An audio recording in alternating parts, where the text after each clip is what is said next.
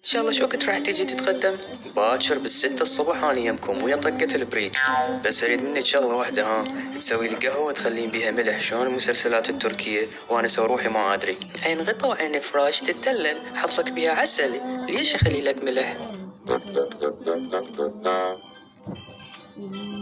اي استاذ عبودي، امر خدمه. احنا اتوقع قبل فترة حكينا كل كلامنا وما بقى شي بيناتنا. اي يا عمي اتذكر، انت ذيك المرة طردتني لان انا كان وضعي مو تمام، وحتى ما كان عندي سكن، بس هسه وضعي اختلف. اي بالله شنو اللي اختلف بوضعك؟ ما تحكي لي؟ احب اقول لك الشخص اللي قاعد قدامك صار صاحب عقار وملك. اني صار عندي شقة بمجمع الفايد. تقصد هذا المجمع اللي خارج بغداد؟ يبعد بس 30 دقيقة عمو عن بغداد اذا ماكو ازدحام. قوم اطلع برا يلا قوم. هاي ليش عمي؟ انت مو قلت لي سكن معزول اهم شي؟ قلت لك سكن معزول. شلون ترضى اخلي بنتي تعيش بقون مال دجاج وخارج بغداد؟ هذا القون اللي تقول عليه؟ ريت ابيع سيارتي على مود ادفع المقدمة مالته.